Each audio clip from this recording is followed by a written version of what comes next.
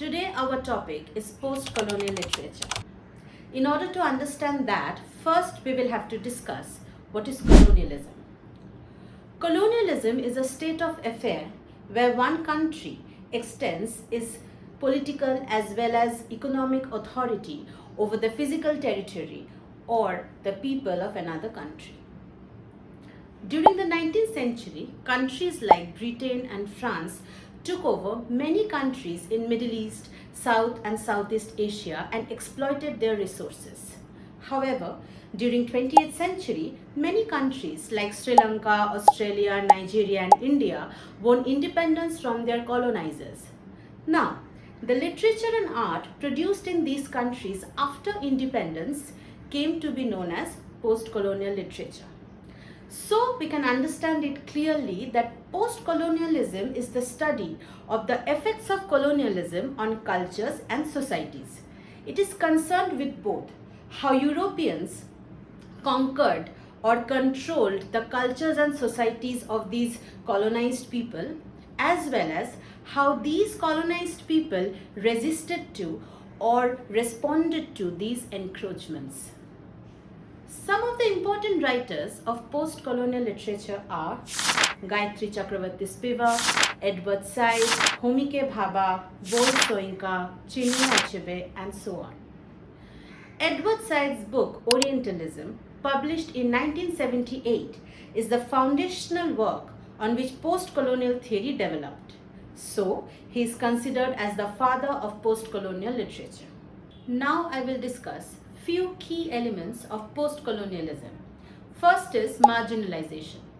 Marginalization happens when certain societal groups are pushed to the edges by a dominant group. Social, political and economic marginalization force these individuals to suffer or struggle for basic necessities. They are subjected to exploitation. These marginalized people are kept far from the center of development. Next key element is hybridity. Hybridity refers to the creation of a transcultural form. It is the mixing and blending of new cultures, identities and behaviors caused by the colonization. Prominent theorist Homike Bhabha significantly contributed to the meaning of hybridity. Bhabha says, hybridity opens up a third space where new identities or cultures can emerge. This destabilizes the binary opposition between the colonizer and the colonized. Another key element is mimicry. It is a concept which describes the way the colonized people imitate and adopt the cultural habits, behavior and languages of their colonizers. Again, Homike Bhabha is the central figure in the discussion of mimicry. Bhabha refers to Macaulay's Minute, a document of British colonial rule in India which aimed to create a class of Indians who were Indian in blood and color but English in tastes, in opinions, in morals and intellect.